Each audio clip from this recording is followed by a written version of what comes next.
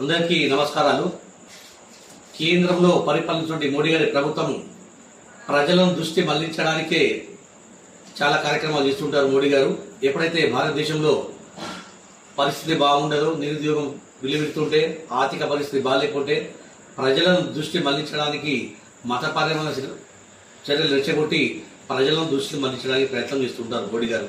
దాంట్లో ఆయన పెట్టిన విద్య, వెన్నతో పెట్టిన విద్య మోడీ గారికి తాజా ఉదాహరణ వక్ఫ్ బిల్లు మాత్రమే। అయితే వక్ఫ్ బిల్లు పార్లమెంట్ లో పెట్టిన రోజే డొనాల్డ్ ట్రంప్ గారు భారతదేశంపై 25% సుంకాన్ని విధించడం జరిగింది। ఆ సుంకాన్ని విషయం దేశ ప్రజలు తెలియదని చెప్తూనే వక్ఫ్ బిల్లు తీసుకొచ్చి గందరగోళానికి సృష్టించడం జరిగింది మోడీ గారు। అయితే వక్ఫ్ బిల్లు అనేది ఈ రోజు భారతదేశంలో చాలా చర్చనీయంగా మారింది। అక్కడక్కడ చాలా ధర్నాలు, రాస్తారోకోలు కూడా జరుగుతున్నాయి వక్ఫ్ బిల్లుకు ఖిలాఫ్గా। అయితే వక్ఫ్ అంటే ఏమిటి, వక్ఫ్ బిల్ అంటే ఏమిటి, అసలు వక్ఫ్ ఎప్పుడు వచ్చింది, భారతదేశానికి దానికి ఎవరు ప్రమోట్ చేశారు, ఇవన్నీ తెలుసుకునే అవసరం ఎంతైనా ఉంది మనకు। వక్ఫ్ అనేది వాకీబ్ అనే ఒక అరబీ పదం నుండి వచ్చింది। అది వాకీబ్ అనే పదం నుంచి, ఆ వాకీబ్ దాని అర్థం ఏంటంటే వక్ఫ్ తన ప్రాపర్టీని, తన దగ్గర ఉన్న ఆస్తిని వక్ఫ్ ఇవ్వడం, దానం ఇవ్వడం అనేది వక్ఫ్ అంటారు। ఆ ఇచ్చిన దానాన్ని పేదలకు పంచిపెట్టడం, దానిలో పేదలకు ఉపయోగించే వైద్యం కానీ, విద్య కానీ, మదర్సాలా కానీ, మసీద్లా కానీ, గ్రేవేడ్లా కానీ ఉపయోగిస్తారు। అది వక్ఫ్। ఒకసారి వక్ఫ్ ఎవరైతే చేస్తారో అది తిరిగి రాదు, దానికి అమ్ముకోలేము। అది వక్ఫ్ సంబంధించిన ప్రాపర్టీ। వక్ఫ్ అనేది దాన్ని ఎవరైతే దానం చేస్తారో వక్ఫ్ను దాన్ని వాక్యం అని అంటారు దాన్ని। అయితే ఈ వక్ఫ్ ఉన్న ప్రాపర్టీని ముస్లింల సమాజంలో అభివృద్ధి కానీ, మసీద్లా కానీ, అదేవిధంగా గ్రేవేడ్లా కానీ ఉపయోగిస్తారు ఈ వక్ఫ్ ఆస్తిని।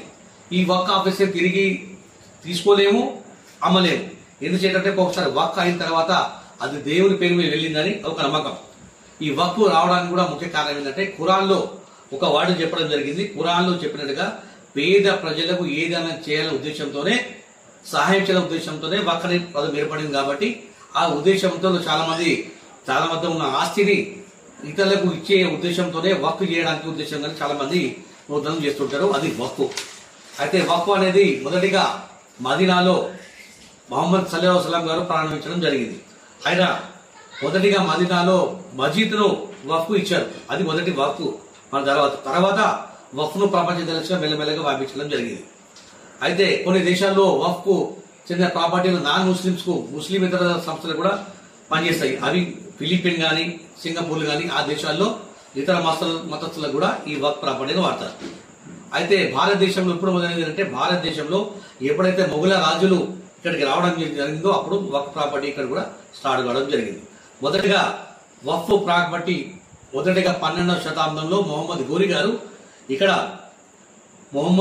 గారు, అదేవిధంగా మొహమ్మద్ ఖిల్జీ గారు, అదేవిధంగా మొహమ్మద్ బిన్ తుగ్లక్ గారు ఈ వీరు ప్రారంభించడం జరిగింది। మొట్టమొదటిగా మొహమ్మద్ బిన్ గోరీ గారు ముల్తాన్ అనే ప్రాంతంలో 2 గ్రామాలను ఆ వక్ఫ్ కేటాయించడం జరిగింది। తర్వాత మొహమ్మద్ ఖిల్జీ గారు కానీ, అదే తుగ్లక్ కానీ వీళ్ళు కూడా ప్రమోట్ చేసుకోవాలని చుట్టూ ఈ ప్రాపర్టీని సాగునీటి ప్రాజెక్టులకు కానీ, తాగునీటి కానీ, వైద్యానికి కానీ ఈ వక్ఫ్ ప్రాపర్టీని ఉపయోగించి దీన్ని ఎంతగానో ప్రమోట్ చేశారు। తర్వాత 1658 నుండి 1717 వరకు ఔరంగజేబు గారు కూడా ఈ వక్ఫ్ ప్రాపర్టీని, వక్ఫ్ను చాలా ప్రమోట్ గా చేశారు। ఆయన హయాంలో అనేక మసీదులు, అనేక మదర్సాలు, అనేక ఏర్పాటు చేసి ప్రజలకు ఎంతగానో ఉపయోగపడ్డారు। తర్వాత తదనంతరం 1757 నుంచి 1947 వరకు బ్రిటిష్ వారు రావడం జరిగింది, వాళ్ళు పరిపాలించడం జరిగింది। వారు కూడా వక్ఫ్ను ప్రమోట్ చేయడం జరిగింది మన దేశంలో, ఇప్పుడు జరిగిన దేశంలో। అయితే 1894లో బ్రిటిష్ వారు 4 జడ్జిలతోని ఒక వక్ఫ్ చట్టాన్ని రద్దు చేయాలనేది ప్రతిపాదించడం జరిగింది। అయితే ఇంగ్లాండ్ లో ఆ వక్ఫ్ ప్రాపర్టీ రద్దయింది, కానీ భారతదేశంలో మాత్రం కాలేదు। ఎందుకంటే అప్పుడు బ్రిటిష్ రాజు కూడా విభజించు పాలన దేశంతో హిందూ ముస్లింలు విభజించి పాలించడానికి ఇక్కడ రద్దు చేయలేదు, ఇంగ్లాండ్ లో మాత్రం రద్దు చేశారు। ఇక తదనంతరం 1947లో భారతదేశానికి స్వాతంత్రం వచ్చింది। 1940 రాజ్యాంగం ఏర్పడింది। ఏర్పడిన తర్వాత కూడా 4 ఆర్టికల్లను ఏర్పడి రాజ్యాంగ పరంగా దాదాసాహెబ్ అంబేద్కర్ గారు, భీమరావ్ అంబేద్కర్ గారు 4 ఆర్టికల్ని ఏర్పాటు చేయడం జరిగింది। ఆర్టికల్ 25, 26 నుంచి 29, 30 ఈ ఆర్టికల్ ఏర్పాటు చేయడం జరిగింది। దానిలో protect of religions, educations and institution అని చేయడం జరిగింది। ఆ విగ్గు ఇప్పుడు చేసిన ఆయన ఏదైతే రాజ్యాంగం చేసిరో ఏదైతే బిల్లు పెట్టిరో ఆ రాజ్యాంగానికి విరుద్ధం కాబట్టి దాన్ని వెంటనే కొట్టేయాలనే ఉద్దేశంతో ఇది దేశ ప్రజలు ఈరోజు దేశంలో ఉన్న ముస్లింస్ అందరూ ఈరోజు పోరాటం చేస్తుంది దానికి వ్యతిరేకంగా. ఎందుకంటే అది దాదాసాహెబ్ భీమ్రావ్ గారు రచించిన నెలలో 25, 26, 29, 30లో ఏదైతే ఈ మతపరానికి విరుద్ధంగా ఉంది కాబట్టి ఈ రాజ్యాంగంలో చెల్లదు అని సుప్రీంకోర్టు కూడా వెళ్ళడం జరుగుతుంది. ఇది జరిగిన తతాంగము. ఇది ముమ్మాటికి 100% ఎవరు భూములు గుంజుకోలేదు, వక్ఫ్ అనేది ఎవరిని కూడా తీసుకోలేదు. కేవలం అది ఇస్లాంకు చెందిన భూములే, వాళ్ళకు సంబంధించిన భూములు ఉన్నాయి కాబట్టి 100% ముస్లింకు చేసిన తప్పకుండా వాళ్ళకి చెందాల్సిన అవసరం ఉంది. దాన్ని ఎన్నో అమెండ్మెంట్స్ చేయడం జరిగింది. 1954లో కూడా వక్ఫ్ చట్టాన్ని సెంట్రల్ వక్ఫ్ బోర్డుగా, స్టేట్ వక్ఫ్ బోర్డుగా రెండుగా విభజించడం జరిగింది 1954లో.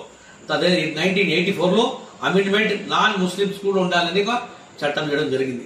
ఆ తర్వాత 1995లో అమెండ్మెంట్ బిల్లో ఈ నాన్ ముస్లింస్ ఉండద్దని కూడా చేంజ్ ఇవ్వడం జరిగింది.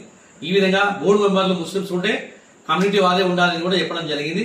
అదేవిధంగా ముస్లింస్ లో శక్తి ముస్లింస్ లో ఉన్న వ్యక్తి చీఫ్ ఎగ్జిక్యూటివ్ ఆఫీసర్ గా ఉండాలని అప్పుడే ప్రతిపాదించడం జరిగింది. ఇవన్నీ చేయడం జరిగింది. అంటే కొంతమంది బీజేపీ నాయకులు, నాగ్పూర్ యూనివర్సిటీకి చెందిన నాయకులు కొందరు లేని పూర్గా వ్యాపారం చేసుకుంటూ పివి నరసింహారావు గారు 2013లో వక్ఫ్ చట్టం మొత్తం ఏ భూమి ఉంటే ఆ భూమి తీసుకోవాలని చెప్పడం జరిగింది. అయ్యా వక్ఫ్ యూనివర్సిటీ గారు పివి నరసింహారావు 2004 5 రోజు చనిపోవడం జరిగింది. ఆయన ఇప్పుడు చేసారు అమెండ్మెంట్ పెట్టండి కాలేదు. కాబట్టి ఇప్పటికైనా మోడీ గారు కానీ అదే కేంద్ర ప్రభుత్వం కానీ ఆలోచించాలి. ఈ వక్ఫ్ ప్రాపర్టీ అనేది దేవుని పేరు మీద భూములు వాళ్ళు ఇచ్చారు కాబట్టి ఇది 100% ముస్లిం చెందిన ప్రాపర్టీ కాబట్టి ముస్లింకి కేటాయించాలని మరోసారి మీ బిల్లుపై పునరుద్ధరించి దీన్ని రద్దు చేయాలని కోరుతున్నాం. జై హింద్, జై భారత్, జై